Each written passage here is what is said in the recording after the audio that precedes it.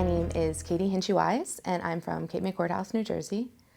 When I was 19, I met this girl named Celeste. I asked her out on a date, and our first date we went to the Vagina Monologues at Penn, and we went and ate crepes afterwards. And I can remember just being so inspired and thinking that we could change the world and that we already were changing the world. We definitely fell deep, deep in love, and we wanted a future together and all of those things, but it was very clear that we were not gonna be those people who got married, regardless of whether or not the Supreme Court legalized. Flash forward 7 years, and I was really involved in the Clinton campaign in West Philly, and I was lucky enough to be able to go to the Javits Center the night Hillary Clinton was going to be elected. And so there I was all night long. I waited and in my white dress like a suffragette, and we were so excited. And Celeste lives in Colorado, so we were texting all the time, just saying how excited we were, but clearly, the night didn't go as planned, and as the night got darker and darker, I began to feel more and more despondent. We got back to the car after we didn't get to hear Hillary speak, and I got the NPR notification that she had called to concede, and my first thought was Celeste. And so I immediately texted her and said, I don't want to be with anyone but you. I just don't want to do this without you. Can we please get married? And she immediately was like, yes, absolutely. We should probably talk about this tomorrow, but absolutely. So we started planning. And we decided that we were going to get married before the inauguration, so we assumed that it would just be us and that it would be very small and that we wouldn't tell anyone. And all I wanted was the paper. And I was convinced if I got married, it would be a political statement and that I would be showing the world through protest that I still had the right to do this and that we deserved to do this. For Celeste, it was very much about love and that we'd been in love for all of these years, and she just wanted it to be a moment where we were able to celebrate ourselves. And I remember calling her from Paris a couple weeks into our engagement and being like, this is just going to be a protest. And she was like, Katie, it's definitely about love.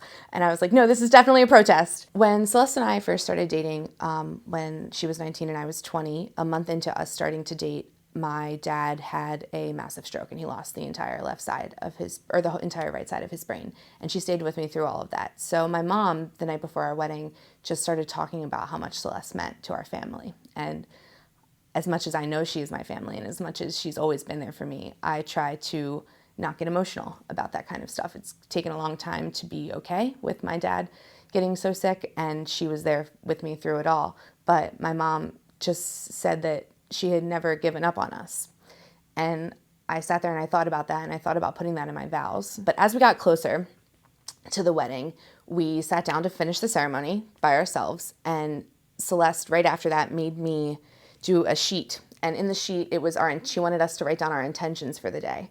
And it wasn't until we started doing that I was like, oh, no, my intention today, yes, is to stand up to the world, but out of these 10 first word things, 9 of them are about how much I love you and how much I want to be your wife, and one of them is about, screw the new administration. And then the bridal woman brought the dress over because I didn't get to pick out my dress. Everything was donated, so I just saw the dress for the first time that day. And she brought the dress over and she had a veil. And I thought to myself, all I've ever wanted. When I was little, I dreamed about what my wedding dress would look like. When I was 3, my grandmother made me a wedding dress out of our curtains. And I used to wear it around the house all the time. And she put that veil on my head and I was like, oh no, this is real. Like, I'm a bride. They had us separated and we were about to do our first look. And there she was, and she's Hawaiian, and she had this big, beautiful long lei on, and I had a flower crown in my hair and with the veil, and she turned around and she looked at me, and it was like I couldn't think about anything else. It was like there was no protest, there was no Donald Trump. It was just about us, and it was about us loving each other, and I always wanted her to look at me that way, like I was hers. And so sorry for crying.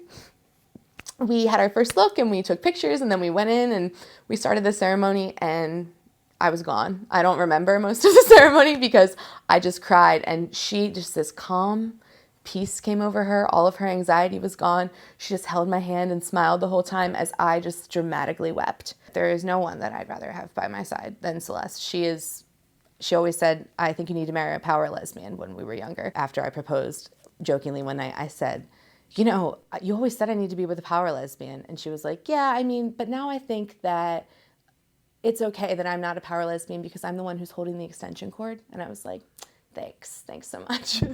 Always.